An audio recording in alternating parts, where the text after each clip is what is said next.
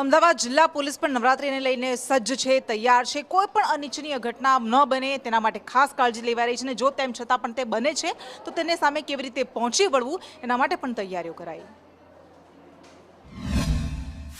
9 દિવસ દરમિયાન ભક્તો મન મૂકીને ગરબે ઘૂમતા હોય છે, પરંતુ ગરબે ઘૂમવાની સાથે જ્યારે કોઈ પણ ઇમરજન્સી સર્જાય ત્યારે તેનો રિસ્પોન્સ કેવી રીતે આપવો, ત્યારે કેવી રીતે પોતાનો અને લોકોનો જીવ બચાવવો તે સૌથી મહત્વનું હોય છે। અને અત્યારે અમદાવાદ ગ્રામ્ય પોલીસ દ્વારા આવી જ એક ડ્રીલ છે તેનું આયોજન કરવામાં આવ્યું છે। જે પાર્ટી પ્લોટ ખાતે ડ્રીલ યોજાઈ છે તેમાં જે આગ લાગવાનો એક બનાવ છે તેની જાણકારી આપવામાં આવી કે સ્ટેજ પર આગ લાગી છે અને તેની સાથે જે છે તે પોલીસની ટીમ, ફાયરની ટીમ સાથે મેડિકલ ઇમરજન્સીની જે ટીમ છે તે અહીંયા આવી પહોંચી છે, જેથી કરી આ જે આગ લાગી છે, જે બનાવ સર્જાયો છે તેને લઈ અને કોઈ પણ વ્યક્તિઓના જીવ જોખમમાં ન મુકાય અને જે ગરબા રમતા લોકો તથા તેની સાથે જે ટીમો છે તેનું રેસ્ક્યુ થઈ શકે અને તે માટેનું આખું જે મોકડ્રીલનું જે આયોજન છે તે કરવામાં આવ્યું છે। આયોજનની અંદર કહી શકાય કે જે પોલીસ દ્વારા જે તમામ જે ટીમો છે તે ટીમોને સ્ટેન્ડ બાય રાખવાની જે ફરજ છે તે પડી છે, કારણ કે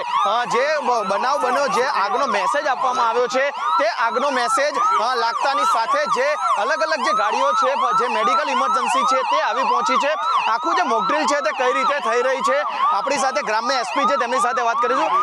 જાટ સાહેબ, જે આખું આયોજન કરવામાં આવ્યું મોકડ્રીલનું, ખાસ શું મેસેજ, કારણ કે 9 દિવસની અંદર સંખ્યાબંધ લોકો પાર્ટી પ્લોટમાં ગરબા રમતા હોય છે? તો આજની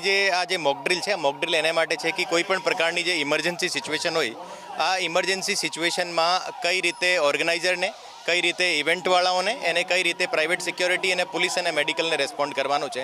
આ જે આપ રીતે આ જોઈ રહ્યા છો કે એક મેડિકલ ઇમરજન્સી છે જેમાં કોઈ વ્યક્તિ જે ફેન્ટ થઈને પડી ગયો છે ઓર એને કઈ રીતે એને રેસ્ક્યુ કરવાનો, કઈ રીતે CPR આપવાની, પછી એક ફાયરની પણ એક કરવામાં આવશે, તો એની પણ અત્યારે જો અહીંયા ચાલુ છે। જો મહત્વની વાત એ છે કે લોકો આ બધી માહિતીથી અજાણ હોય છે, જ્યારે ઘટના બને ત્યારે લોકો પોતાનો જીવ બચાવવા માત્ર દોડાદોડ કરતા હોય છે। તે માહિતી જો આયોજકો જાણતા હશે, જે સ્ટાફ છે તે જાણતો હશે, જીવ બચી શકશે। લોકોને શું મેસેજ, અને ખાસ કરીને જે ગરબા રમવા આવી રહ્યા છે તેમને શું મેસેજ? લોકોને આ મેસેજ છે કે જોઈએ આપણે અત્યારે જે રીતે આજ બધા તમામ મીડિયાના મિત્રોને બોલાવવાનું કારણ આ પણ છે કે કોઈ પણ જગ્યાએ ઇમરજન્સી આવતી હોય તો એનો શું SOP છે, એમાં કઈ રીતે રેસ્પોન્ડ કરવાનો છે, કઈ જગ્યાએ એક જગ્યા ઉપર એકત્રિત થવાનું છે, ઓર આપનો આ ઇમરજન્સીમાં શું રેસ્પોન્સ હોવો જોઈએ, આ મીડિયાને મારફતે જે આ દર્શાવવાનો અત્યારે આ મોકડ્રીલનું પ્રયોજન છે। સ્વાભાવિક છે કે ગ્રામ્ય પોલીસે જે તૈયારી કરી છે અથવા તો જે પાર્ટી પ્લોટના આયોજકો છે તેમને જે રીતે આખી જે મોકડ્રીલ કરાવી અને જે કોઈ પણ બનાવ બને, કોઈ પણ જો દુર્ઘટના સર્જાય તો તેને કેવી રીતે લોકોના જીવ બચાવવા, CPR ટ્રેનિંગ છે તે કેવી રીતે આપવી, જો કોઈને હાર્ટ એટેક આવ્યો છે, કોઈ ગંભીર રીતે જો નીચે પટકાવ્યો છે તો તેને કેવી રીતે બચાવવા, તેની જે કામગીરી છે તે ફાયર વિભાગની સાથે જે મેડિકલ ઇમરજન્સી ટીમ છે તે પણ કામગીરી કરી રહી છે, જેથી કરીને ગરબા રમવા આવેલો કોઈ પણ વ્યક્તિ છે તેનો જીવ જોખમમાં ન મુકાય। જો કોઈ મેડિકલ ઇમરજન્સી આવે તો તેને તાત્કાલિક છે